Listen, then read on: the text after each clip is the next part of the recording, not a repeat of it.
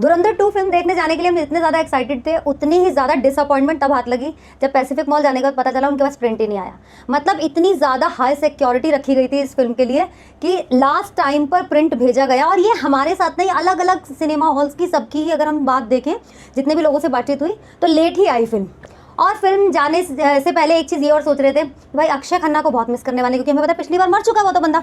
लेकिन जब film start हुई, क्या धूम धड़ाके के साथ पहले ही सीन ने हमें ऐसे बांध लिया कि किसी को हमने मिस नहीं किया। सीरियसली जो अक्षय खन्ना वाला पार्ट था, बीच बीच में हम देखेंगे संजय दत्त के पंचेस, वो हमें बहुत ज़्यादा गुदगुदाते हैं। और ये तो कॉमन सी बात हो गई कि फिल्म एंटरटेनिंग है, हमें पता चल रहा है।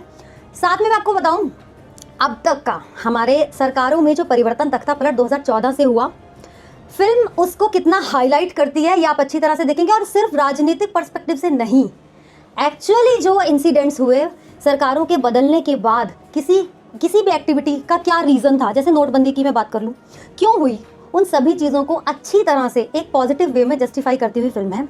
फिल्म में आप देखेंगे, जब हमने लास्ट पार्ट में धुरंधर 1 में देखा था कि रणवीर सिंह ने अपने आप को एस्टेब्लिश कर लिया था पाकिस्तान में जाकर, वहाँ पर हमजा बनकर अपने आप को एस्टेब्लिश किया।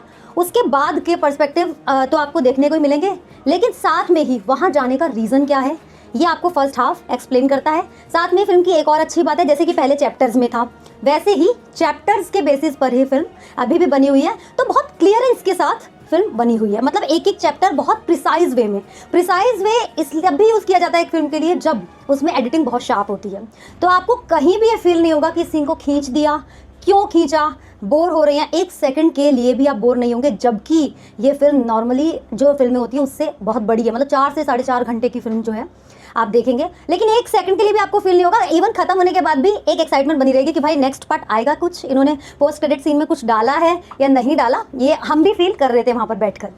दूसरी बात मैं आपको बताऊंगी, पूरी फिल्म इस बार हमजा पर बेस्ड है। उसके पास्ट का मैं जैसे कि बता रही हूँ कि कौन से बैकग्राउंड से था, कैसे आर्मी की ट्रेनिंग होती है, स्पेशल जो हमारे कैंडिडेट्स होते हैं रॉ के थ्रू दूसरे कंट्रीज़ में जो हमारे स्पाइस को एस्टेब्लिश किया जाता है, किस तरह से किया जाता है, ये भी डायरेक्टर ने बहुत अच्छे से एक्सप्लेन किया है। एक चीज़ जो मैंने मिस कर दी है वो है फिल्म का बैकग्राउंड स्कोर। भाई क्या अमेजिंग बैकग्राउंड स्कोर है कि मतलब आप फिल्म से आने के बाद मतलब दिन रात उसको किसी ना किसी गाने को गुनगुनाते रहेंगे, उसमें बीच बीच में आपके मन में आता रहेगा। और ऑलमोस्ट हम लोग जब वॉशरूम में जाते हैं तब हम लोगों को यार ऐसी चीज़ें ज़रूर याद आती हैं, तो आप गुनगुनाएंगे।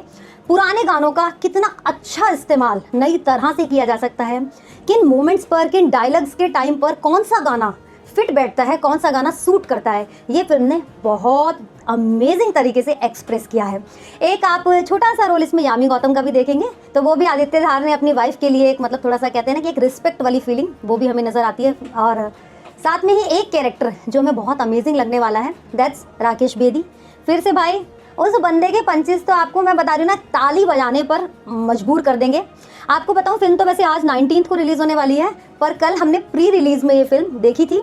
एक पार्ट जिसके बारे में मैं स्पेशली आज डिस्कस करना चाहती हूँ, चैप्टर 1 में ही आप देखेंगे, स्टार्टिंग में ही जब रणवीर सिंह का बैकग्राउंड जो दिखा रहे हैं कि चाहे आप इंडिया में रहते हो चाहे आप किसी अदर कंट्री में रहते हो, तो आपकी राइवलरी के बीच में सबसे पहले औरतें आती हैं। मतलब आती नहीं है, उनको लिया जाता है। आपका बदला किसी भी तरह से है, औरत के साथ बलात्कार, मार पीट, ये सब एक कॉमन सी चीज़ लोगों ने मतलब इस्तेमाल करने के लिए कि किसी को अगर हर्ट करना है तो उसके परिवार की औरतों को हर्ट करो। जबकि आपको बताऊँ, पुराने ज़माने से जो युद्ध नीतियाँ होती थी उसमें ये कहा जाता था कि परिवार पर कोई आँच नहीं आएगी युद्ध भूमि में, इसीलिए शूरवीर जो है युद्ध करते थे। लेकिन आजकल इतनी गंदगी हो गई है, तो आप देखेंगे कि इंडिया पाकिस्तान की बात नहीं कर रही मैं, हर देश में ऐसा होता है, औरतों के साथ तो इतनी दरिंदगी होती है भाई। तो थोड़ा सा इस चीज़ के लिए हम लोगों को सेंसिटिव होना चाहिए। एक चीज़ मैं और बोलना चाहती हूँ कि पाकिस्तान तो बाहर का दुश्मन है, ये बात सच है, लेकिन भाई हमारे भारत में बैठे हुए भी कुछ ऐसे लोग हैं जो देश को बेचने पर लगे हुए हैं। उसमें मैं पाकिस्तानियों की ही बात नहीं कर रही, जो मुस्लिम है उनकी बात नहीं कर रही। बहुत से ऐसे लोग हैं जो पैसा जिनका मतलब ज़मीर बेच देता है, वो इंडिया में भी है। और ये डायरेक्टर ने अच्छी तरह से इस चीज़ को एक्सप्रेस किया है।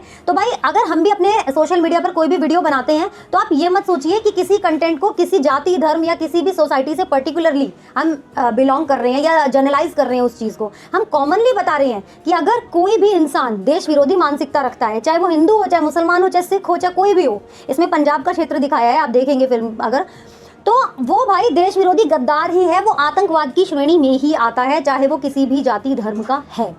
तो तो मुझे लगता है आपको फिल्म देखने ज़रूर जाना चाहिए। फिल्म में 6 चैप्टर हैं और 6 के 6 चैप्टर कंप्लीटली डिस्क्राइब करते हैं, जस्टिफाई करते हैं एक एक मुद्दे को। मोदी जी वाला सेशन भी इसमें आप देखेंगे भाई, जब मोदी जी राजनीति में आए तो कैसे कैसे देश में और देश विरोधी संगठन जो हैं उनकी कैसे बैंड बजी थी। और ये सच्चाई भी है, राजनीति के तख्ता पलट के समय पर कैसे अपने देश को हम मजबूत रख सकते हैं, नहीं रख सकते, ये हमारे ऊपर पूरी तरह से निर्भर करता है। अजीत डोभाल जी के बारे में भी पूरी फिल्म जो है, उनके क्राइटेरियाज, उनकी जितने भी जो मतलब सिक्योरिटी पैटर्न्स हैं, उसको भी आप अच्छी तरह से समझ पाएंगे फिल्म देखने के बाद। मुझे लगता है अगर आपको अपने देश से 1% भी प्यार है, या आप हल्का सा भी इस देश को अपना मानते हो, अगर आप यहाँ रहकर मिट्टी का कर्ज अदा करना तो बहुत बड़ी बात है, छोटा सा भी देश के प्रति एक पार्ट कॉर्नर, अपना सॉफ्ट कॉर्नर रखते हैं, तो आपको फिल्म देखने ज़रूर जाना चाहिए, ज़रूर जाना चाहिए। क्योंकि एक बड़े कमर्शियल वे में इस फिल्म को बनाया गया है, कोई डॉक्यूमेंट्री टाइप नहीं है। आप पूरी तरह से एंटरटेनमेंट में भी डूबेंगे, लेकिन जो सच्चाई है वो भी जरूर समझेंगे। सबसे पहले जो मुझे बतानी चाहिए थी बात इसके डिस्क्लेमर के बारे में। भाई इतना लंबा डिस्क्लेमर दिया, इतना लंबा डिस्क्लेमर। तो किसी भी फिल्म में जब बोले यहाँ सभी तरह के पात्र, घटनाएं काल्पनिक है, इसका सामाजिक किसी भी संगठन से, समुदाय से कोई संबंध नहीं है, ये है वो है, तो आप समझ जाना भाई इसका सीधा सीधा संबंध है। ये फिल्म में डिस्क्लेमर ही आपको एक्सप्लेन कर देता है कि सारी घटनाएं जो काल्पनिक बताई जा रही हैं, वो डायरेक्टर प्रोड्यूसर किसी भी सोशल और पॉलिटिकल मुद्दे में फंसना नहीं चाहते, इसलिए ये डिस्क्लेमर दिया जाता है। एक्चुअल में पूरा कनेक्शन होता है, समझदार लोगों के लिए इशारा ही काफ़ी है। तो कैसा लगा आपको ये रिव्यू, आप बता सकते हैं कमेंट बॉक्स में। अगर ये फिल्म नहीं देखी है, वैसे अभी तो यार आज ही रिलीज़ है, तो आप आज ही जाकर मुझे लगता है देखेंगे, ज़रूर देखिए। मैं इस फिल्म को 10 में से 12 रेटिंग देना चाहती हूँ। आप क्या देना चाहेंगे कमेंट बॉक्स में बता सकते हैं। और ऐसे ही ऑनेस्ट रिव्यूज़ के लिए सब्सक्राइब कीजिए नमोकार सिनेमा चैनल, घंटी भी दबा देना ताकि सबसे पहले आपके पास नोटिफिकेशन जाए।